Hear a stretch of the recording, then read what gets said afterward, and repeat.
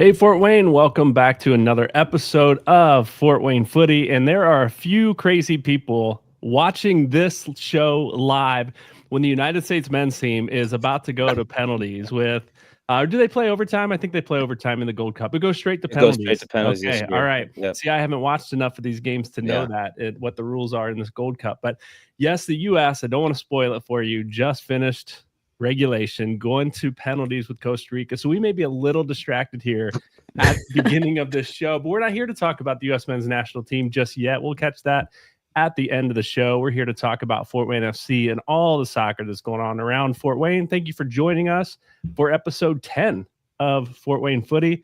My name is Brian Biedenbach. I'm hosting the show tonight here with our usual cast of characters, and I'm going to start with Micah, who is somewhere in the wilderness. He doesn't even know where he is. Micah, how you doing? I am good. Little family vacation, but I'm glad that I was able to set up. Hopefully you'll give me some updates of the U.S. match as we go into penalties here shortly. I did turn my TV off, so I am running blind right now, but glad to be here. We're glad you're here too, and I hope at some point you figure out where you are. You know, those folks kidnapped you that didn't tell you where you were going. Sounds a little sketchy to me. Yeah, to be fair, it's my family, so I do trust them. I'm safe. Don't worry. Everything's good. All right. Christina says she'll keep us updated. I do have it up on my screen, so I'll be looking and trying to navigate the show and watching, and I'll keep you all posted. Christina, if you get ahead of us, let us know. Speaking of getting ahead, Dustin, who is not caught up with the rest of us, his TV is behind quite a bit.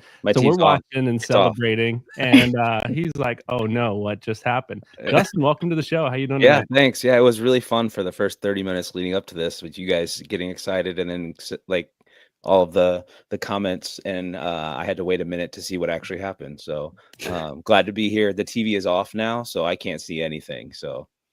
Oh man, you're missing it. This is exciting. Glad you're here, Dustin. It'll be a lot of fun tonight. Just keeping you posted on what's happening with this game. Autumn, welcome back to the show. How you doing? What's up? I'm good. Happy to be here. Yeah. Are you watching? Do you still have your TV up? No, I'll get too distracted. Oh my goodness. Look at you guys. I'm super proud of you. And I'm just going to keep looking up at my TV. It's right up here behind my monitor. We did get a chance to go to the game last night, which was a lot of fun, the Fort Wayne FC versus Atlas FC match. And we'll talk a little bit about that as we go tonight. I do want to introduce you to our new sponsor. We do have a new sponsor here at Fort Wayne Footy. It is Omnisource here in Fort Wayne. Thank you, Omnisource, for sponsoring us for this year. We're excited about just what this partnership could look like moving forward, and we're grateful for you believing in us and what we're doing here with soccer in the Fort Wayne area. So thank you, Omnisource. We do want to also thank our season sponsor here, FW22. And if you listen, you know who they are, but we'll just remind you they're a 501c3 nonprofit organized to facilitate community involvement in the support and assistance of veterans suffering from post-traumatic stress disorder and traumatic brain injury while educating on suicide prevention and mental illness. So thanks, FW22, again, for what you do and for your sponsorship of this show. I mentioned just a moment ago, we had a chance to attend the game last night, right? The Fort Wayne FC match versus Atlas FC, which was fun because it was the first time the four of us have actually been to a game together. Like, I know we've all been there, we've watched online, or we've watched the replay or whatever, and we've had stuff to talk about. But we were actually there live watching the show together, or watching the show. It was a show. It was fun. Watching the game together, it was a lot of fun just being there with you guys and talking about what was happening in real time and things that we could talk about tonight. Going into the match, though, last night, let's talk about expectations. We've got Atlas coming in, right? It finished 1-0, Fort Wayne FC. If you didn't watch it or didn't see it, Fort Wayne FC did win the match. Spoiler alert there, 1-0, but it was late in the match. Going into the game, what expectations did you have with this team from Liga MX from Mexico coming in, their U23s, basically their academy coming in to play Fort Wayne FC? Yeah, I think for me, I was expecting what we saw. A pretty chippy match. Anytime we can have international teams, especially out of Liga MX, come up here, it gets pretty chippy. I kind of expected that's what was going to happen. And then I didn't know what to expect from our boys. I figured we were going to rest quite a few because we have these 2 friendlies leading up to our last few league games. I know we'd lost our last 2 games in league play, so I didn't know kind of what to expect. But I was very impressed with what I saw. To be completely honest, they stayed with them, and it was a fun game to watch. Different first half than the second half for sure from what I saw. So it was Yeah, no doubt, no doubt. Micah, your expectations going into the match before you saw anything out there.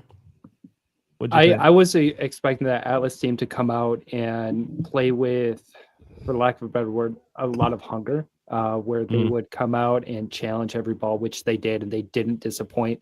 But I was impressed with the Fort Wayne's ability to stay with them, match that physicality, and then match the technical side as well, where, I mean, these are some of the best players in Mexico, some of the best under 22, and we were able to compete and play and really at times control the game. So overall, especially as we went into the second half, as we introduced Kaio, as we introduced a couple of the other players, where our quality started to really come out. And ultimately, it was great to come out with a win.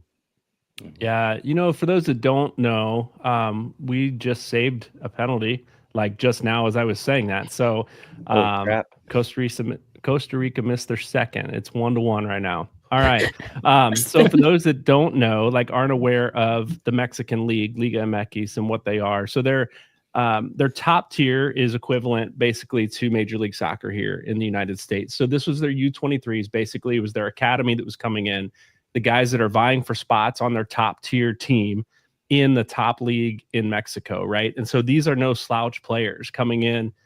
I'm not aware of I'm not familiar with their academy and how that goes. I know in Major League Soccer, you've got like second, we're ahead of somebody. Sorry, we're not trying to play spoiler here. But this is like their twos team basically before you get up to the senior roster. So these were good players coming in that are vying for spots. We've got a lot of, again, same age, right? Same age range, college age players here in Fort Wayne. And I wasn't sure what to expect, honestly. I thought Atlas would come in here with some top tier players, and they were. Fort Wayne has some great players, but I just didn't know what to expect with Atlas coming in. Fort Wayne played really, really well, right? In that first half, it was a draw 0-0 at halftime. It was pretty chippy, it got exciting, and we'll tell you about the rest of that here in a few minutes. Autumn, did you have any expectations going into this match? Were you familiar with Atlas, or I know you've seen Fort Wayne play? Any expectations going in? Yeah, I mean, no real expectations on my end. I was kind of curious to see how the match would pan out, but after the 2 losses, I was hoping that we would kind of bounce back a little bit. And they did. This team showed up and followed through with it. And it was really fun to watch the men last night for sure. Yeah, no doubt. The atmosphere was a lot of fun too. I think these international friendlies bring out a different crowd that, you had a lot of Atlas fans there. Ryan in the chat says he was impressed with the amount of people wearing Atlas jerseys, no doubt. It's surprising to see like how many fans from these Mexican teams come out. When we played Chivas a few years ago, it was probably 70% Chivas fans. It felt like in that stadium that night, not as many Atlas fans, but there were a lot last night. So it's fun to see the crowds come out, the Fort Wayne fans, the Atlas fans come out and celebrate and just watch the match. It was a good time there. Honestly, I'll say this. I was a little disappointed in the size of the crowd. I thought there would be more people there. There were a lot of people, don't get me wrong. But I thought the stands would be a little bit more full than they were. And I don't know what that is. If people just aren't familiar with Atlas, this isn't a team in our division, so it's just a friendly, or if people were just busy this weekend. All of you, we were all there. Unfortunately, though, here's the thing. Unfortunately, we were able to sit in the suite last night. We were invited to sit with a friend in one of the suites, which I loved. It was incredible. It was a totally different view, but it takes you away from like the energy and excitement that's on the sideline with the fans. So I don't know if any of you wandered down at halftime or whatever. I know our kids did a little bit to hang out, but from our perspective, watching the crowd and the atmosphere, any impressions there? I think I want to shout out Three Rivers Regiment. The drums that they had throughout the whole game, I thought was awesome. It definitely helps with the atmosphere.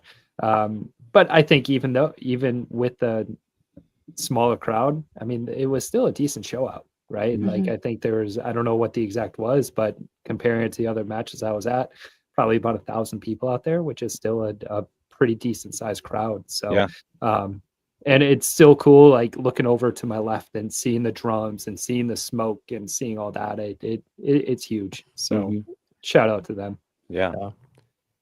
Autumn, any impressions from your vantage point last night, watching the crowd, watching the crowd watch the game is kind of how I felt. Right. Yeah. I think kind of like you stated before, we kind of had a unique perspective in where we were sitting. And so for me, it was fun to watch the crowd engage. But probably one of my favorite parts of the match was when we scored the goal and you just after we're done jumping up and down as a group. I have like quickly glanced over to the crowd and just seeing all the fans go wild. I mean, that's what it's about. And they brought the energy last night for sure. And even on some of the close calls, I mean, you could hear the oohs and ahs pretty loudly. So definitely a fun atmosphere to be a part of. Yeah, for sure. It looks like Fort Wayne FC TV says just over 1,500 fans announced in attendance last night, which is great. That's actually not a bad number. They've been around 1,600 for the league games and things that we've been to. 1,500 is not bad attendance. So I maybe just have not seen it from that perspective. The one thing I did miss, here we go, bringing the smoke and bubbles. I was just going to say the one thing I did miss is the smell of smoke. When the smoke goes up, like there's something about that to me. I don't know if it smells like 4th of July or what it is, but there's something about that I'm like, oh, this is awesome. I like this. We couldn't smell that from where we were. I smelled it when we scored. Yeah. Yeah, same. Yeah. You had the glass in front of you. That's why you didn't. Yeah. Maybe. I came out. I actually almost lost my phone. I don't know if you guys knew that. I had my phone in my hand, and when they scored, I pumped my fist, and I was like, gosh. "Oh, I better put that in my pocket before that goes flying into the field and hits somebody in the head." It was crazy. All right, guys, it is 3-3 going into the final kick. And I won't spoil the rest of this for you. We're going to bring a guest on here in a minute, Shane Linker from Three Rivers Regiment. Speaking of the regiment and what they do and how they celebrate the team, we're going to bring him on in just a moment. But before we will get back to this game. We'll break down some of the plays in the game and talk about some of that. But any standout performances from your perspective last night? Any players that really like stood out and got your attention last night? I think that honestly, I was impressed with just the team in the first half. There's a bunch of guys that are not typical starters for the team, and so I didn't know what to expect out of them. And I felt like they brought it. It was good to see Muller Jensen out there after he got hurt in the beginning of the season, so that was awesome to see. But I thought overall that the guys that came in and started over our typical starters, I thought they really proved themselves last night. So I thought overall the team did really well. Obviously, I think Micah has an opinion that I would echo as well as a standout. But I was honestly, I was didn't know what to expect, didn't know what to think about what was going to happen, and that was the standout that came from the first half for me. So. Yeah, I think the team grew into the game as it went on, especially in the second half. And I think we were pretty liberal with our subs. As soon as Kyle Oliveira came in, he was able to find a little space in the midfield area and then just create some plays and just be very active. So again, I love Kyle. Hopefully we can have him on the show here soon because I have a ton of questions for him. But he made an impact. And then even in the first half, Atlas, they came out, defended us in a 3-5-2, where essentially when we were trying to build out of the back, our two center backs split out, and they have two forwards standing on them, and then there is a defender standing right on our six, and we usually try to build out of our six. So it forced us to try to find some space a little higher up the field. And Benton Evans, you can see how he processes a game and reads a game, and he was from our perspective in the sweeps. We were able to see that where there's space out wide, and then he would check in into that space in midfield, receive a ball, and then we can build through him. So I was impressed with his ability to read the game and receive a ball and help us build, even though he was 50, 60 yards from the goal. So impressed with him. And then, I mean, just overall, our ability to just stand with them, stay patient, don't get caught up in the physicality of the game. I thought we kept our heads really well. Yeah. Let's come back to this conversation here in just a few minutes. I want to bring Shane on. I know this is going to be fun because I know the game is still going. Penalties are still going, and I know Shane is watching. And I just for fun want to bring him on to the show tonight. His reaction when Freeze just saves another one. Holy cow! Sorry if I'm ahead of y'all. This is pretty fantastic. It's great. It's great. Shane, from Three Rivers Regiment, Shane Linker, welcome to Fort Wayne Footy tonight. This is pretty crazy watching this game, talking to you, talking about the game last night. It's all getting jumbled in my head, but it's a ton of fun. We're glad you're here. Welcome to Fort Wayne Footy. It's a great time to bring me on, but thank you guys for having me. I mean, I just want to honor your time. I told you 9:15, so like it's the U.S. and Costa Rica that aren't honoring your time. That's what it is. That is true. So Shane, we had Christina on earlier in the year. You and Christina founded Three Rivers Regiment. She was on one of our first episodes, and you were supposed to be. I think you had something come up and you weren't able to join us, but we're glad you are able to join us now. Remind us a little bit. We heard from her then. Now later in the season, remind us a little bit about Three Rivers Regiment, who you are. And yes, if you don't know what that sigh was, you'll just have to wait and see. So remind us a little bit about Three Rivers Regiment, who you are and what you do.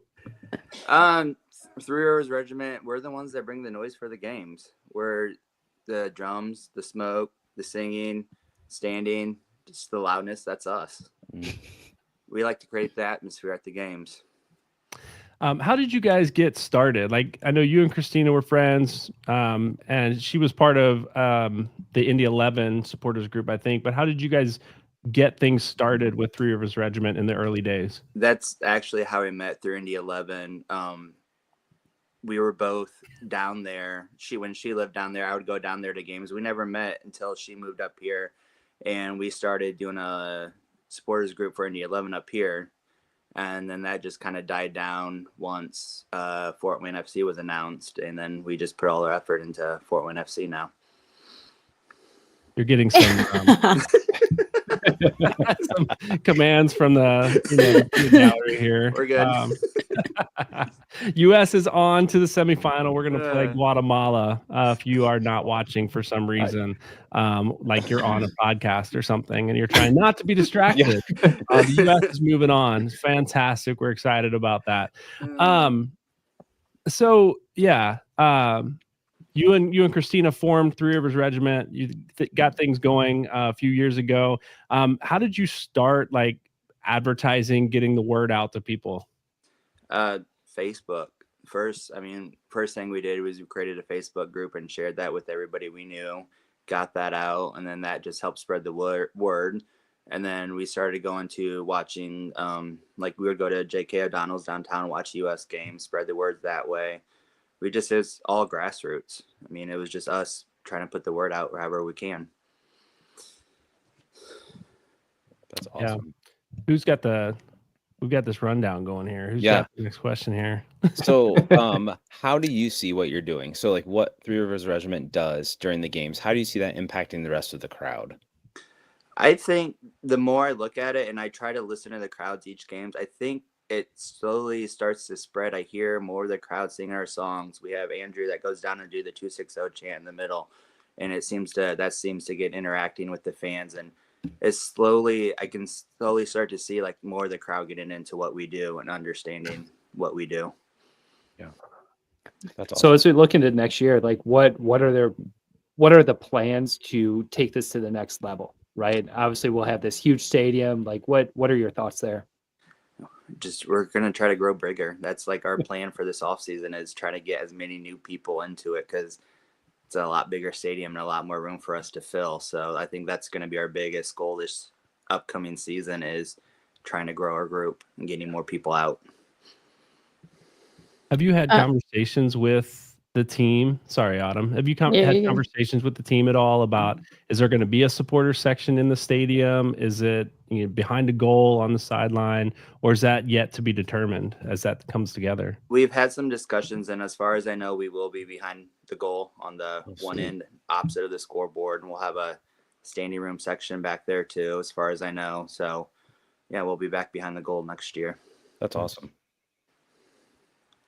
Autumn, I cut you off. Go ahead and. Yeah, geez, Brian. No, I'm just I'm rude. I'm rude. I'm getting old and I forgot my question, so we can just carry on.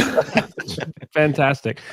So I have more questions then about next season, right? So new stadium, people get really excited about that, right? And if we can have, the supporters group behind the goal, that a lot of big teams are doing that. This is fantastic.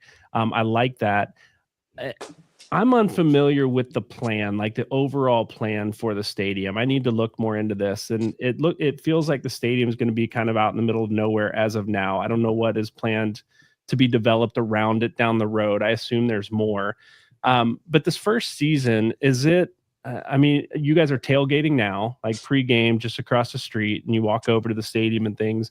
What do you have envisioned for the future at this new stadium, to like pregame, to gather, to march? I know a lot of teams march with their drummers and things into the stadium and make a big thing out of it. As you envision what the future could be for Three Rivers Regiment in this new stadium, what does that look like? What do you guys dream about, you and Christina and your group? I think pretty much what you said, everything what you said. We will still be tailgating out there. I'm sure we'll have a section. Hasn't been discussed yet where or not. Still early on into planning all that. But yeah, we'll still have a tailgating section. March, we'll see about doing that. We usually kind of just straggle in now, which it's not the best, but it is what it is. So maybe we can start doing that next year. But yeah, we'll see how that goes. But yeah, I do think that's something that I look forward to, right? Just seeing a supporters group come into the stadium together with fans kind of trailing behind. I did get to lead the Nashville SC march into the stadium a few months ago, as a Cincinnati fan. We were there to watch Cincinnati, and the lame Nashville march was coming in, and we just happened to get in front of them. And so, on the video, I think it was on TV, these two Nashville fans, two Cincinnati fans, my son and I, leading this lame Nashville march in. So I think Fort Wayne can even do better than that. I'm really excited about what you guys are doing. I do enjoy, like I joked with Christina a few weeks ago when she was on, like, I came to a game early on and there were 3 or 4 people like with drums and chants and flags. It was probably you and Christina and a few others. But it has been fun to see this season how it's grown. How there's more people involved. There's more flags hanging from the stands. There's more drums. There's more chants. There's more fans getting behind it. So I know it's been kind of a slow growth for you guys, and I'm looking forward to when this new stadium gets built, how this can take off. So we look forward to next season. Before we get to next season, though, we've got some off-season stuff that I know you guys are doing, and you guys. So Autumn, actually, maybe I'll let Autumn talk a little bit. She interviewed a couple folks from Three Rivers Regiment. We got to hang out last night with you guys at your tailgate, and it's been fun. Like, it was fun hearing all the stuff that people talked about. That wasn't just about soccer. Autumn, do you remember some of the things that, as you were interviewing people, some of the things that they really, and we'll share these interviews later, but things that people really liked, that as you were talking to people, what you heard from, what they like about Three Rivers Regiment? Yeah, we heard a lot of good things. One was like a sense of community, which I love. Mhm. You know, it's not just about the game of soccer and showing up and watching a match, but it's a sense of community. So that was really cool and stood out to me in the interviews. Another thing, you know, when we were interviewing is you guys are doing some pretty cool work on Tuesday. And so I was wondering if you could probably share with some of our listeners of what's happening on Tuesday and kind of give them the lowdown. Yeah, so we are partnering with the Red Cross and Turnstone Fieldhouse to do a blood drive on Tuesday. I'm gonna get the information so I can get it right. It's 10:30 to 4:30, and then if you go do that, we have some perks for it. You can get a buy one get one free voucher for the game on the 5th, so next Saturday. Red Cross sunglasses, and you get a chance to enter to win a DeMarcus Beasley soccer ball. And then to sign up for that, to get a time, you could either go to redcrossblood.org and go to search the sponsor as Turnstone FW, and you can sign up there to do that. Cool. That's awesome. Do you guys do that?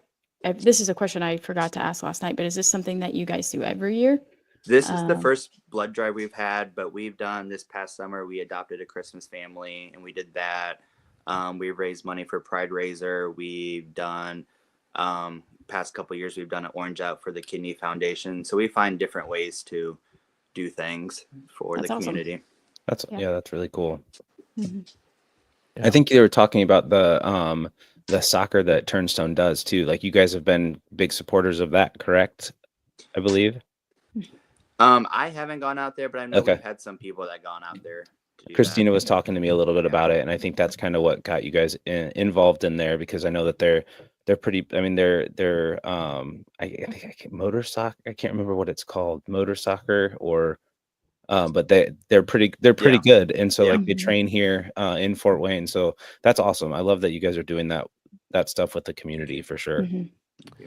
And that's one thing too, as we were doing those interviews, that just to reiterate what Autumn was saying, is the sense of community, the sense of inclusiveness. Like whoever walks up, come on in, join us. Like we'd love just bringing people in to the group, and then the community involvement, community awareness of what you guys are doing. I really do like that outside of just the sport, outside of just game days. Power soccer. Here you go. We've got Yep. three people chiming in here. I was like, I knew it was. There's a bunch of them here. So power soccer, we will never forget that. No.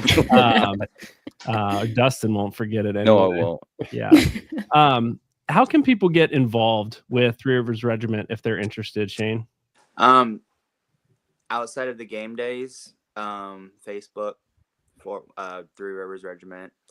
We have a discussion page that we talk stuff to, but that's pretty much the best way to get in contact with us is just through Facebook Messenger. Just and whatever you questions or whatever, just ask us. More than welcome to come out. We're tailgating before every game. We have our section. Anybody's just welcome to come over, hang out. You do have memberships, though. Is that correct? To join Three Rivers Regiment? We have a little bit membership fee. It's not a requirement, but it's a little bit membership fee, which helps us with our smoke, with our flags, with anything we need to do.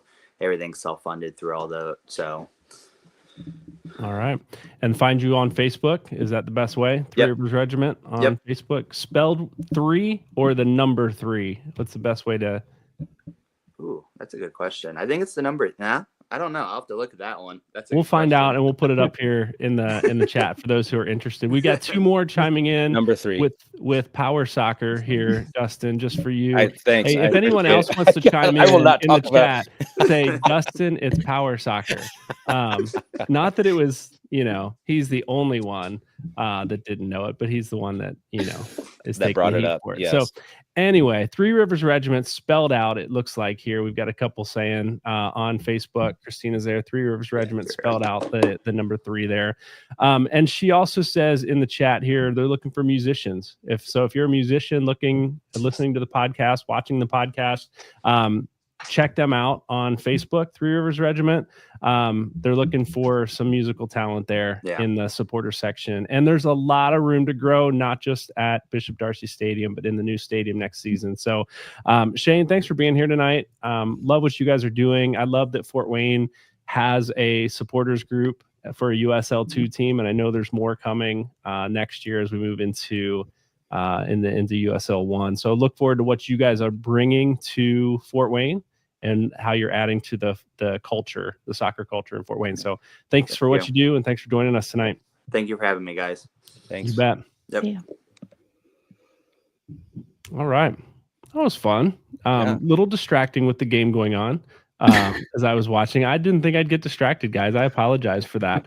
But no, we really do appreciate what Shane and Christina and the crew are doing there at Three Rivers Regiment. So keep it up. I would love for more people to join what they're doing and get behind that, and just really willing to get behind a team and chant and scream. And like, here's the thing. You don't even have to be a soccer fan to lead those chants, to lead those cheers, because a lot of times you're not even watching the game. You're just getting the crowd riled up, and I love it. I love it for that. So check out Three Rivers Regiment on Facebook, social media, and if you're interested, joining in what they do. We'd love to see more people there getting the crowd going. Let's get back to the game last night. There's a lot of things to talk about. Autumn, I didn't give you a chance to talk about standout players. So as you were watching the game last night, you and I have a unique perspective, right? Among the four of us here. And people were asking and talking about, the view from where we were behind the net. You call it, this is a goalkeeper's view. This is what we do. This is how we see. So from that perspective, as you watch the game, what players stood out to you? I think obviously, is it Herloff? Is that how you pronounce his name? Yeah. Herloff, I think. Herloff? Yeah. Okay.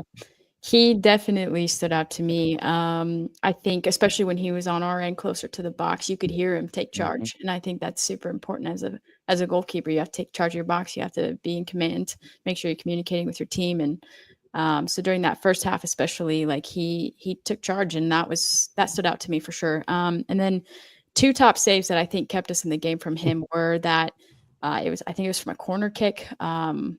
They were getting ready to do a header, and he came out and made that save, and it was beautiful. And then obviously the one during second half, I mean, that upper 90, beautiful. I was just like, that was beautiful. And I remember saying to you guys, like, I want that instant replay right now. Like, that was beautiful. And so I think with those two saves really stood out to me, like I said. And I think those are the ones that kept him in the game. So based on what the other players that were mentioned tonight that were standouts, I totally agree with. But I think coming from a goalkeeper's perspective, you gotta shout those out. Yeah, no doubt. He's one that stood out to me too. That save, he came out of nowhere to make that save. It was fantastic. Yeah. Who knows how that would have changed the game if Atlas had scored early. It wasn't early. It was earlier in the second half than Fort Wayne scored. But who knows what would have changed.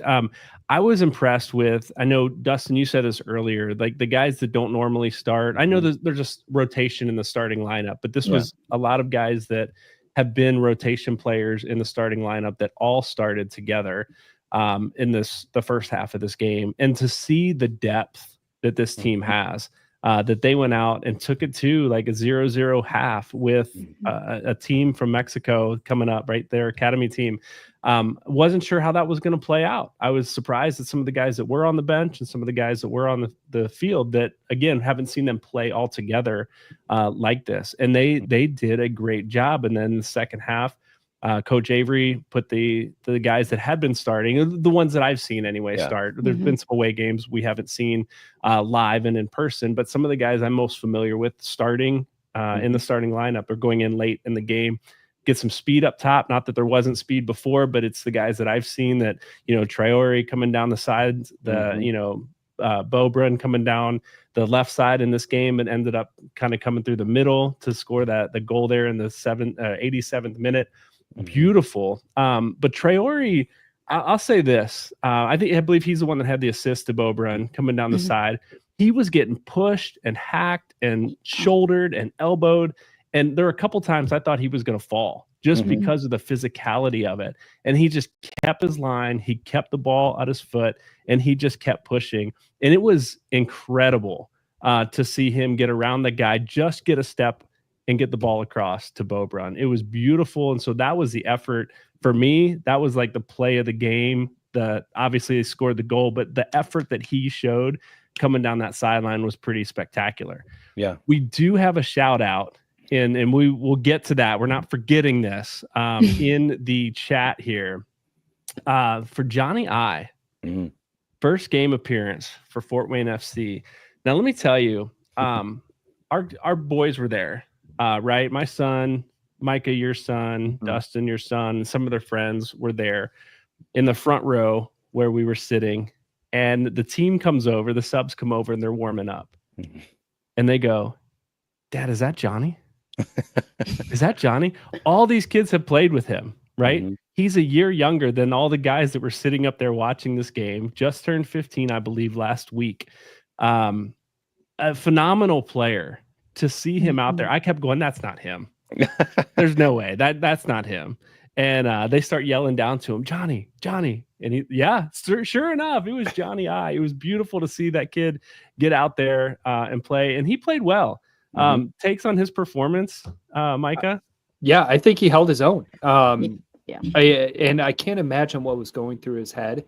I would love to get coach's perspective on what were his final instructions when he came in. I think for me, I would just tell him play simple, get it on your foot, get it off your foot, which he did. He had the ball at his feet a couple times, completed passes, moved really well. But what impressed me about him was that on the change of possession, rather than just watching the ball advance down the field, he made a 60-yard sprint and put himself in position to support the defense. There's not many 14, 15-year-old kids that understand that sort of movement. So I think he has that great soccer brain. I can't wait to follow him. This is the first that I've seen him. I've heard of him. I think he plays at Northside High School here in town. I can't wait to follow him. If he plays at Northside his sophomore year, I'm going to head out and watch Northside games if my son's not playing or what, but because I want to watch him play. And I know in one of the first podcasts I did mention, like, I want to see our local kids play. I want to see us push Fort Wayne soccer, because we do have quality players. And this is just one more instance that we are developing top players here in Fort Wayne. So can't wait to watch him develop and see where he goes from here. Yeah. It just fun after the game too, seeing the guys, our boys out there on the field with him, getting his autograph. Like it was so fun. And when the goal happened, right? If you saw the goal celebration, they ran over and Thiago Diaz grabs him and picks him up and they're like celebrating like he scored the goal. Yeah. What a moment for that kid. Just loved. There's a reason he's out there, right? It wasn't just for show. Like, let's put a 15-year-old out there. This was an international match. Yeah. That a 15-year-old earned a spot on this team to play because he deserves it. He's a good player. He's a smart player. He's an intelligent player. I would have loved to have seen him get on the ball a few more times just to showcase what he could do with it and the passing, his vision that he has. So yeah, I'm looking forward to seeing him play a little bit more. I don't know what the future holds with him in Fort Wayne FC. But his high school career, his futsal career, where I know him from, I look forward to seeing this kid develop. He's going places. I think he's actually played with the U.S. national team, U.S. youth futsal national team for a couple years now too. So this kid's pretty legit. Yeah. He didn't back down either. For a 15-year-old, he was in a few of those plays pretty aggressively. And that was awesome to see. It's funny. I got multiple messages this morning that said, "Did you see that he scored the goal?" Because everyone saw that celebration. And so I was like, no, he didn't. He played very, very, very well. But to see a 15-year-old go out there to play aggressively, to hold his own against those players is just almost unheard of. You don't see it. I mean, I think Mexico had a 16-year-old that played in their Gold Cup game this week. But beyond that, I mean, it's pretty impressive to see that. Yeah. We have a couple. Let me see. I stand corrected. It was Muslim Umar with the assist, not Traore. Now that I talked so much about Traore, that effort was Muslim Umar. Thanks for that correction there. we got another one. Shane is back in the chat. Owen Wall looked impressive too, tracking back and forth with his hustle. A lot of good performances last night. We've got Andrew saying he reffed his couple of Johnny I's high school games, and so just getting to see him play from a different perspective. Great all around, fun atmosphere last night. I'm really excited that Fort Wayne FC is bringing in these international matches. I know it's a way that it builds culture and it builds the club and it builds the fan base. So looking forward to more of those. I don't know what the future holds with that, but I've been excited with the teams that they have brought in. It's been a lot of fun to see that. So Fort Wayne FC, for what it's worth, keep it up, keep doing what you're doing. There have been some other soccer going on here in and around Fort Wayne too. 1927 has had a couple matches. That I believe there's a women's team that played this afternoon as well. That sounds like it's a pretty new thing that I'm just learning about. So that's the fun thing about this podcast. I'm learning about all these teams that are popping up. I did have a chance to talk to Mo and Dylan from Summit City United a few weeks ago. I think maybe I mentioned that last week. The indoor semi-pro team that they've started, men's and women's. So when this Fort Wayne FC season is over, we're rolling into other soccer seasons and other things that are happening, even as Fort Wayne FC is preparing for the next level. So this will be a fun off season for Fort Wayne FC for sure to follow what they've got going on, but even following some of our other local teams here will be a lot of fun. I did mention 1927. They suffered a 2-1 loss to Holland Rovers. I believe that was last week. I'm not sure if we actually got to that. We ran a little bit long last week. I don't know that we actually got to covering that game or not. Today they played to a 0-0 draw at Fort Wayne Sport Club. So Ryan, if you're still in the chat here tonight, gave me a rundown of the match. They had a lot of good chances, controlled the game most of the time, a couple of fantastic saves, and just couldn't find the back of the net. So if you get a chance to get out to a 1927 game, it was a lot of fun. The couple that I've been to this season, I just didn't get a chance to get out today. Dustin, I know you've been there. They put out a good product. It's a lot of fun to watch. Here's what I'd love to see, right? We've got Three Rivers Regiment at the Fort Wayne FC matches. Can we get a supporters group together at the 1927 games? And maybe it's Three Rivers Regiment also, but maybe it's a whole separate thing. Dustin, you've been to a game there. Dream with me for a second. So it's not just me on this rant, this tear, right? You've been to a game. There's space for them. What would it look like at a 1927 game to have a supporters group there in the stands cheering and chanting and, getting the crowd excited? Truthfully, I think it'd be easy to do. I think that I think there are people there that would step into it pretty easily. There's quite a few guys that are vocal and heckling of the other team during the game. So I think it'd be an easy thing for them to step into. I'd love to see it. I mean, I think we talked a lot about how Three Rivers Regiment impacts the game. I mean, even Matthew last week talked about how that impacts him when he's playing. And so to have that be for 1927 SC2, I think it would be extremely beneficial. I think it's not as lofty as a goal as what you think. I think there would be people that would step into it. It's just somebody stepping up first and initiating it and then going from there. So I think Autumn, you said you wanted to, right? Like, isn't that something that you've been dreaming about for a while? I see how you just throw me out of the bus. I had it coming. It's fine. I don't know if she can do that, Dustin. She's doing commentary at TQL Stadium. Oh yeah, that's right. Too. Right. Yeah. So she's living like 5 different lives that we didn't know about. Yeah, no, that was fun. We had someone at TQL Stadium watching the women's game texting me going, "Is Autumn doing commentary there? Like, how did she get that gig?" Like, that was pretty cool that people thought, they recognized someone that looked like you doing something in Cincinnati. So yeah, you do things really well, I guess, that now they think you're on the big stage at U.S. Women's National I'll take Game. it. Yeah. Yeah, that's pretty fun. No, I think I'll just put it out there. Like, if there are people interested in doing that, like you said, Dustin, I know there's people at those games. I know there's people that cheer and chant. I was at the Lansing game when they played Lansing here at Indiana Tech, and Lansing had a supporters group, a supporters section that traveled with them. It would be awesome. We would love to be a connecting point. So if you're interested in something like that, and you don't know who to talk to, who to connect with, certainly we'd love to connect you with Shane and Christina with Three Rivers Regiment, just to see how they got things going. But if you're interested in doing something at the 1927 games, let us know. And the more people we get in contact with, or that contact us, we will get you in contact with one another.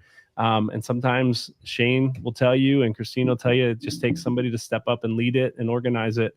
And so, we'd be happy to help make those connections. So if you're interested, let us know, info@fortwaynefooty.com, or leave us a note in the chat here on the program, on Facebook, YouTube, or let us know sometime during the week if you're listening later. Before we wrap up this local soccer segment, I would be remiss if I didn't say that Fort Wayne FC does have 2 matches, regular season matches left. We've talked a lot about this friendly against Atlas. There are 2 games left. July 5th here at home against who's coming into town on the 5th? I'm blanking. I need to pull that schedule up. I know the 12th. It's a Michigan team. It's an Land. out of conference. Yeah. Oh, it's out of conference game. That's right. Friendly out of conference game. That's right. That's what it is. And then they end the season with Kingshammer Cincinnati coming in. So it's Lansing City coming in on the 5th, and then Kingshammer Cincinnati. It's a league match there coming in on the 12th, and that's going to be a big one, even more so because they're coming off of 2. Dustin, you said it earlier, 2 league losses in a row. They were rolling, they were flying high, had a couple losses here in the league. So that last game of the season is going to be a big one. Get out to the games and check out a game. If you have not been there yet, you have 2 chances left. Get out, see the team play, get behind them, cheer and chant with the regiment and everyone else in the stands. We look forward to seeing you out there. 2 more chances. Did I say that? How many chances, Micah? Do we two have? more. 2 more. 2 more. July 5th and July 12th. We look forward to seeing you out there at these last couple of games. I think they only need 4 points. 4 more points to completely solidify top of the division is what they're saying. So a tie and a win however they can get those 4 points it will solidify them in the playoffs. So big games. Let's love get that 6. little bit of pressure. So love that. Can't wait to see him perform. Yeah, no doubt. Military Appreciation Night this Saturday. Get out there and show your appreciation. Look forward to seeing what the festivities look like there. Thanks, Fort Wayne FC, for doing that, highlighting that for us. Let's talk about, as we wrap up this local soccer segment on the show, we want to get into kind of our extra time segment. We've got some national team commentary tonight, right? We've got U.S. women's national team played at 3:00 this afternoon. The U.S. men's national team, I don't know if you heard the beginning of this program or not. They were playing when we started this show, and they were in penalties when we started this show. And we were all a little distracted. But there's the U.S. women play in a friendly in Cincinnati, win 4-0 handily.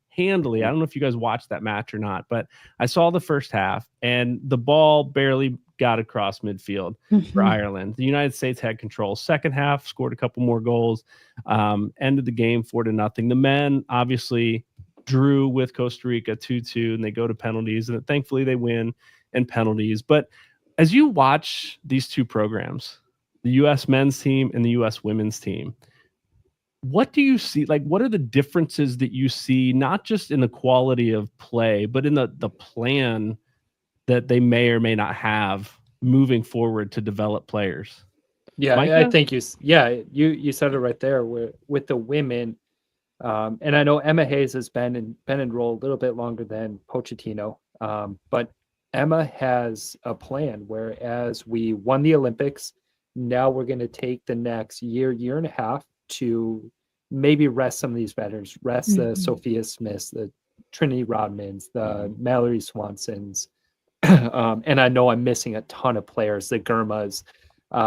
We're not going to call them into our camp, but now we're going to start bringing in our 18-year-olds, our 19-year-olds, 20-year-olds, you know, and some of the players that might not have had an opportunity where we can build this pool. Where today they ran out a completely different starting 11 from their previous game, and we're still able to dominate the game. But now we're evaluating the talent. Maybe it's not for this cycle, but maybe it's for the cycle after the next World Cup in 2 years, or whatever their next competition is, where there's a plan where we end this competition. Now we're going to build our pool. We're going to build into the next competition.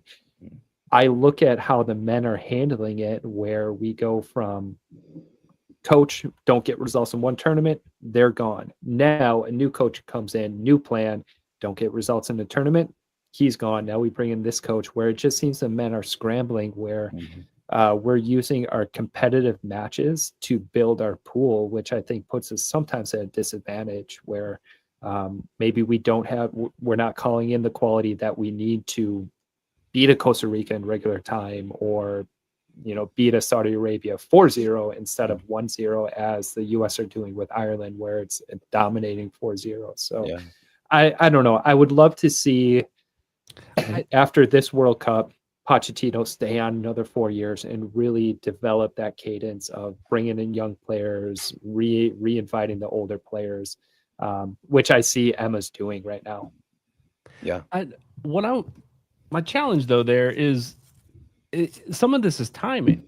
The U.S. men don't have any other friendlies besides competitive matches to build their pool, because they're already behind, right? They haven't been doing that because they've had coaches turnover, and then same coach coming back for, you know, till they find the next coach, and coaches interviewing, rumor has it, for other positions while they're coaching the U.S. men's team. I don't know if there's credibility to that. I know there's been some back and forth to that. So the U.S. men are out of time to build their pool. And the problem is their top players are not playing in these competitive matches. I say problem. I actually kind of like it right now that the top players are not playing in this tournament, because we're getting to see the pool of players that are coming behind them. What talent do we have if these guys don't work out? If these guys are playing with their club teams in the Club World Cup, if these guys get hurt and they can't play with us, like, what talent do we have? And I'll say this, from my perspective, I saw a team this evening against Costa Rica they were making some passes, they were building some chemistry, trying some cheeky things at times, which I love to see. But it was a team that was playing with heart and it was playing with passion. It was a Malik Tillman that was getting bodied all over the field, and he would not give up. It was a Diego Luna that was going after players, getting knocked off the ball and coming right back up and sliding and winning the ball back. It's, you know, it's guys like this that are playing with that kind of passion that we've seen these top players, a Weston McKinney, a Christian Pulisic, play with that kind of passion. But it seems not recently with the U.S. men's team. We've got a young crop of players who are trying to do that now, and I love to see it. Autumn, as you watch the games today, your perspective on, any thoughts on Micah's, as he talks about the plan, what you're seeing with the U.S. women's team. I know you've been following them for quite some time as you've been watching and see some of these young players coming out. You stand behind the plan and what they're building there? I do. I mean, I think from a coaching perspective, Emma Hayes is being very smart. And speaking of Emma Hayes, like, she came in last year and knocked it out of the park as a coach. I mean, she did the unexpected. Never was really here for games until season started, and then they go and win. So mad respect for Emma Hayes as a coach. And I think what Mike has said is very accurate, and I stand by what he said. I think it's a very smart coaching move. And, as you think of a coaching perspective, you want to build that program. You want to see what talent you're working with and who's going to be your next big players. And I think Emma's doing just that. And you got to see that today on the field. Lots of girls getting the chance to step out on the pitch for the first time and prove themselves. And I think that's great. So yeah, I second what Micah said full-heartedly. I won't go into repeat mode, but yeah, 100%. And this Yeah. and scoring too. Like girls are coming out and they're debuting and scoring in their debut games. When I look at it and I look at the women and I look at the men and I look at heart and I look at passion and I see the women, every single woman that steps on that field has the heart and passion to play like a US women's national team player should play. Yeah. I have seen that not happen very often over the last 6-8 months with the men's national team. I think Diego Luna is a beast. I think he comes out there and he plays with heart every single time that he plays on that field. But you look at people like Rose Lavelle comes back from an injury, comes back on Thursday, scores a goal in her first game back from an injury.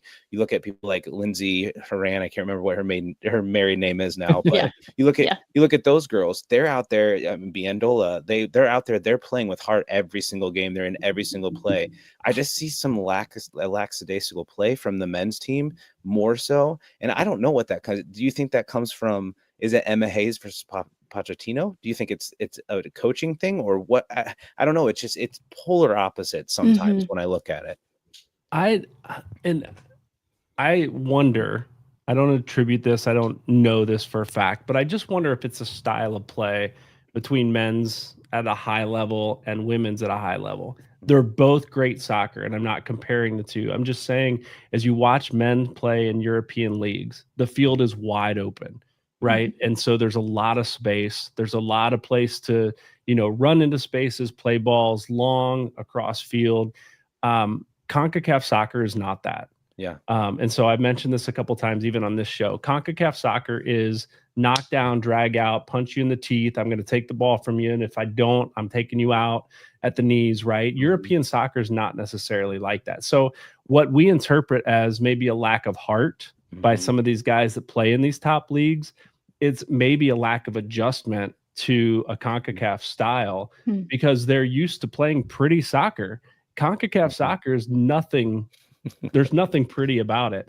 And so it's not that they're not willing to go into tackles, not willing to go up for balls, but they're just not, that's not how they've played all year long. And so making that adjustment can be difficult. So I don't want to necessarily question the heart of someone. Like you're not putting a guy out there that doesn't want to be out there. As a coach, you're watching in training sessions and you're not going, he's really good, I'm going to put him out there whether he wants to be or not. And then he's just dragging. Like, I'm not questioning their heart. I'm questioning if it's a lack of adjustment to a style of play that they don't see week in and week out over there. Now, the women's game has always been physical. There's every time I watch a women's game, it's physical, but it seems to be at least as I watch, a blend of this beautiful style of soccer, moving the ball around. But when it comes to it, like, I'm going to take you out too. Right. And that's pretty consistent across the board from what I've seen of women's soccer at the top level. And so men's soccer is just so different. Maybe there's just so many levels that we're used to one and they're used to one. And you know what I mean? Like maybe there's some of that too. So I don't want to question someone's heart. I think they want to be out there. But they're professionals, right? At some level you have to adjust. Yeah. So yeah, Christina's in the chat, wants to recognize Lynn Williams or Lynn Biandolo, forgetting the captain's band. Man, that was something special. And scoring, did you guys see her first goal? Holy cow. Beautiful. Yeah. That cross was brilliant by Sears. It was Emma Sears. Yeah. It was beautiful. Was this her third appearance for the U.S. women's team? Like, she was streaking second or third sideline the entire match, floating crosses in, putting them on a dime. Yeah. There was another one later in the game that was almost identical to that one that went over. The shot went over, but man, it was beautiful. Beautiful. What a cool story for Lynn Biandolo, just not making the last World Cup. And I can't imagine the feelings that she had, but then to come back stronger and then captain this side today, I think is a great story of just perseverance and just staying with it. And I think whoever was announcing asked her that question, like, what was it? And Lynn answered, it was just stubbornness and just believing that I could do this. So I think that's a great message for young athletes and young soccer players as well. Yeah. 100%. Similar to Diego Luna's story, Mhm. just in and Absolutely. out of the men's camp, and then getting his nose broken in a match a few months ago, and going, "I'm not coming out. I'm Refusing to come out. Yeah, playing." The yeah, And stubbornness he's there. a legend, right? Like Yeah. he's a I think we mention that story every single week. Yeah. So Yeah. legend. Yeah. Ryan is here in the chat. It says U.S. men's national team have 2 friendlies coming up in September. South Korea, they're playing in Harrison, New Jersey. And if you get a chance, on the 9th, September 9th, they play Japan in Columbus, Ohio, which isn't too far from Fort Wayne, Indiana. If you didn't know your geography, Columbus is not too far from Fort Wayne. Get out there, support the national team if you can. It would be a lot of fun seeing folks from Fort Wayne out there. And then the U.S. women's national team, Ryan says, versus Columbia is always physical. Always look forward to that game. It's that's a punch in the mouth kind of game, always. So, any final thoughts before we wrap up the program tonight? Fort Wayne Soccer 1927, U.S. men's and women's national teams. Anything for the good of the cause? I think we hit it all. Yeah. We solved everything. Yeah. Yeah. Now, thanks for joining us tonight. Appreciate y'all in the chat. It's always fun interacting with you. Join us next week for another episode here of Fort Wayne Footy. Thanks for joining us.